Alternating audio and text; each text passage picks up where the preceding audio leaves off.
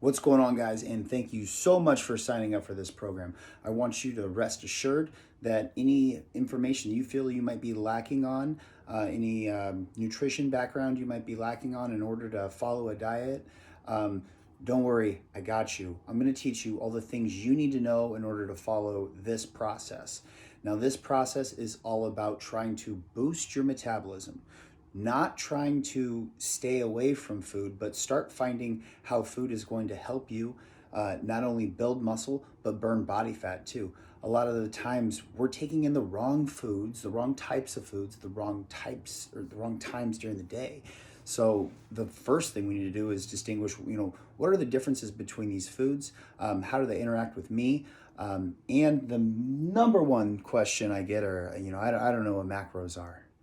So today I'm going to teach you what macros are. Pretty simple. All food's comprised of macros, right? Any food item we have is going to be some combination of protein, fat, and carbohydrate.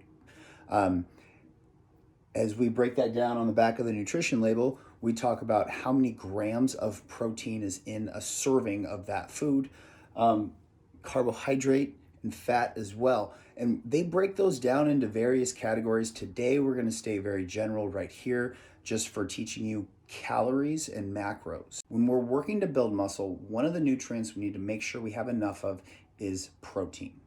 Protein is going to be a limiting factor on how quickly your muscles can recover from the exercise that we've done, but also it is the necessary building blocks to build that new muscle we're talking about.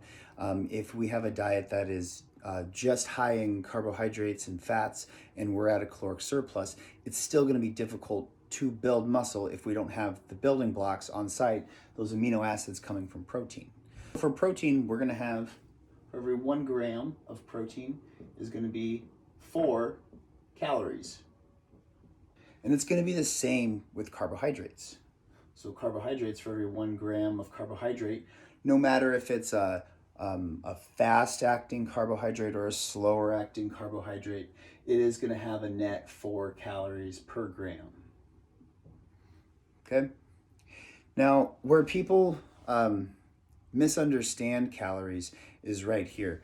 Now, we see 1 gram is 4 calories, 1 gram is 4 calories. But for fats are different. Fats, for every 1 gram of fat, we are going to have 9 calories per gram. Okay, so now let's look at a typical meal. Let's say our meal has 30 grams of protein, 60 grams of carbohydrates, and 10 grams of fat. So if we have 30 grams, that's going to be 120 calories. 60 grams of carbohydrates is going to be 240 calories. And if we just have 10 grams of fat, that's 90 calories. Okay, so when we look at that meal, it has double the amount of calories from carbohydrates as it does protein. I would consider this a higher carbohydrate meal, especially when you compare the other fuel source in that meal to the fats, which are only at 90. So we have more than double the amount of carbohydrate calories compared to the amount of fats. Now, 10 grams of fat, if we had, another 10 grams of fat, how would that really change this meal? Now we would have 20 grams of fat and 180 calories from fat. Okay, now that 180 is a lot closer to that 240. Now this meal becomes less of a high carb meal, and it's just generally a higher calorie meal. Although these numbers aren't astronomically high, just talking about the ratio between these two fuel sources, there's not a clear leader there, and we would say that they are both in a higher quantity. Now, one of the number one things people tend to point out early on while tracking their macros is they didn't realize how many calories they were actually getting from fat. And so when we look at different meat choices, when we look at different cooking options, and even say salad dressings, there's a lot of sneaky calories in there that when we're not actually taking into account these calories from fat, we could really be over consuming on calories. Now, on the other side of the coin, a lot of times people will eat carbohydrates that are maybe prepared or cooked or have fat added to them. Now, these are like one of the major roadblocks in people's diets because they'll only be thinking about the calories that they're getting from the carbohydrate. So let's say, oh, well, if I can have potatoes, I can have French fries. Well, now those are deep fried in bad fats, even at that. And the total calorie increase is really there. Those fats are absorbed by that potato. So it's not like we were getting, oh, I just cooked it in it, and so I'm not going to consume it. But yes, in fact, you do. One of the other areas we see this in is cooking any of the meats or when we saute vegetables. It is advised while we're on the diet just to use olive oil as a light dressing on some of these things. That way we're getting a healthy fat and we can control the amount. Using just a tablespoon of olive oil is still about 110 calories. Now, where protein, carbs, and fats all carry calories with them that we're going to have to utilize, burn off, store, what have you, they're not all the same types of calories. See, as we take in grams of protein, it also starts driving that process of anabolism and muscle recovery, which is going to raise our basal metabolic rate. So the thing with protein is, although we're putting calories in, it does create the opportunity to increase the caloric output as well. Carbohydrates, these types of calories we store as muscle glycogen, we store as liver glycogen. So carbohydrates can be stored in the muscles for a ready available fuel. In fact, the more we take advantage of utilizing this anabolic window and following this diet strategy, your body will learn to store those carbohydrates rather than letting them pass by and then store as body fat later. Too much sugar in the blood is toxic, really. So there's hormones like insulin that are carrying those out and trying to shuttle them to a better place for it to be. We want that to be the muscle tissue. Now, the calories from fat. There's plenty of need for fat in our diet. The brain works well on fat. We need fat to synthesize some of these hormones that are important for our body. Having enough carbs and fat are also important for regulating sleep and tons of other things.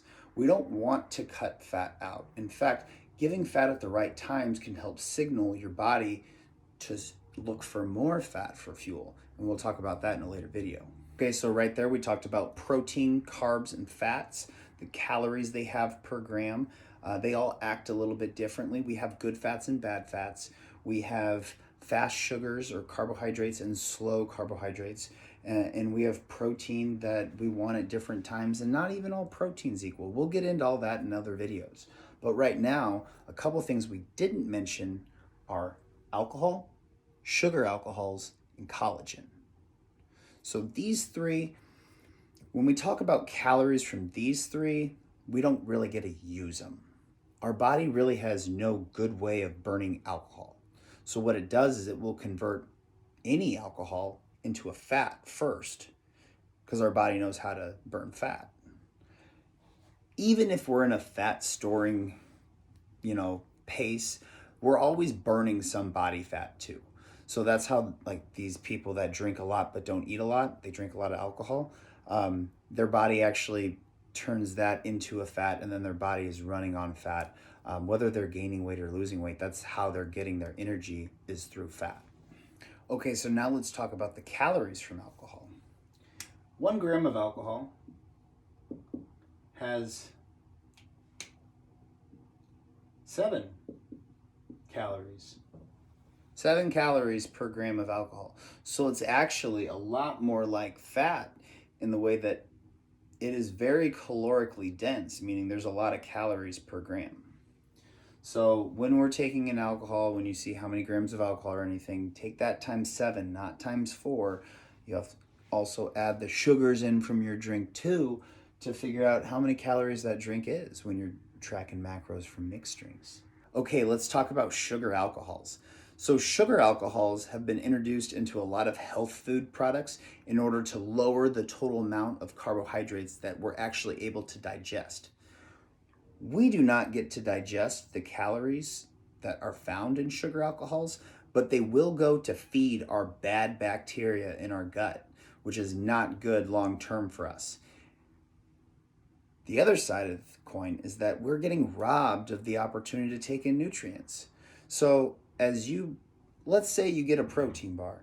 That protein bar has 22 grams of protein, 26 grams of carbohydrate, and a few grams of fat. But of that 26 grams of carbohydrate, over 20 are coming from sugar alcohols. Then we're only getting a few calories of usable sugar to really, get our body going for that workout. Sugar alcohols are going to do nothing for us.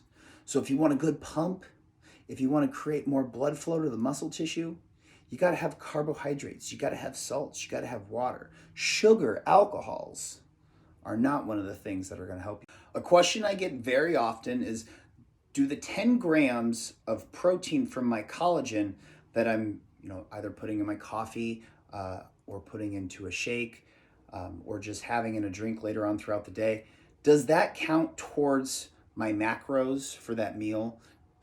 Do those 10 grams of protein count towards my protein total for the day? And on that, the answer is going to be no. The protein we're getting from collagen is not going to go to help service the muscle tissues in the way that I'm talking about. And so the targeted numbers that I'm setting, actually, I'm looking at primarily animal sources of protein, with the exception of those who are following more of a plant-based diet where we're doing amino acid pairing. When we have a plant protein or collagen, we have to realize that this is not a complete amino acid complex. So it might have 13 of the 26 total amino acids. So we're not getting a full building block to go put in to go service these areas. Plus, some of those amino acids are in shorter supply in the body than others, and plants do not have all of the essential amino acids in each individual plant. But all animal protein does have the complete amino acid profile, all the ones that are essential and the limiting factors in whether or not you're able to build muscle. Okay, I hope this introductory video on macros was helpful. Don't worry, there's more videos to come, and we're going to be discussing these week to week on our check-in calls. One thing I would like to note, the more accurately you are able to track and log your nutrition, the better insight it gives me on how to make changes and suggestions to help you from plateauing and keep you elevating towards your goals.